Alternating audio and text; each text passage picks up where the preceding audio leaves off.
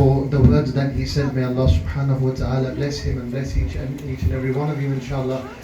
Before we finish, we promised that Salatul Isha will be at 9:15, and inshallah we will have that before then, inshallah. But we are inshallah going to hand out a few certificates to some students who have completed the recitation of Al-Quran Al-Kareem and also have completed the Qaida as well. I know that some of them won't be here, but we'll still say their names inshallah so that they can get that recognition.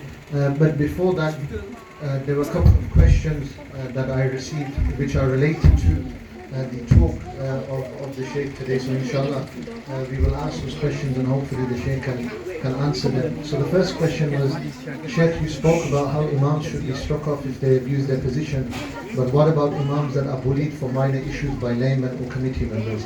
Should laymen be ordering their imams? Every committee member should at least be able to recite Surah Al-Fatiha correctly. And if he's unable to do so, he should step down and be ashamed of himself. Yes. Secondly, there should be at least one objective alim on the committee, not someone who's linked to the community. So he has no financial benefit. He doesn't have a personal friendship with the imam. An objective alim should be made into every committee. There should be ulama in every committee. There should be a course that every committee member should do. And if they fail the course, they should be struck off as well. Any committee member who fails the course, he shouldn't be running in the committee. It's a shame. And I say this everywhere I go. That if the committee members do not have a standard, then why are you running a masjid? Go and join the Labour Party or something. Yes? Meaning the masjid is for people of deen, someone who has deen. So similarly, I'm harsh both to the imams and to the committees. Not harsh truth, but both. There should be a standard of imams and there should be a standard for committee members also.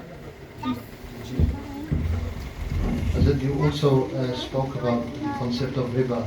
A follow-up question to that is that many people on a regular basis ask questions about buying a property and obviously the knowledge system on how properties are bought here. See, with regard to buying a property, if you have the cash, it's fart for you to buy the property with cash. If you can borrow the cash, pay back those people you borrowed from in installments. Now there is one scenario where a person has a darura, he will end up living on the road. But many of the people don't fall into that. They have huge kotiyan in Mirpur, huge kotiyan in Punjab, huge kotiyan in Karachi. Yes, they have kotiyan everywhere. If that's the case, then it's fard for you to go back to Pakistan. Because if someone is watching GOTV all day in England, worried about Imran Khan being imprisoned, talking about Muslim League all day, and they have a big house, they have no majburi to live here, they should go back to Pakistan. Yes, that's the reality. If you have land, you have houses in Pakistan, you're not in darura. You go back to Pakistan and live there.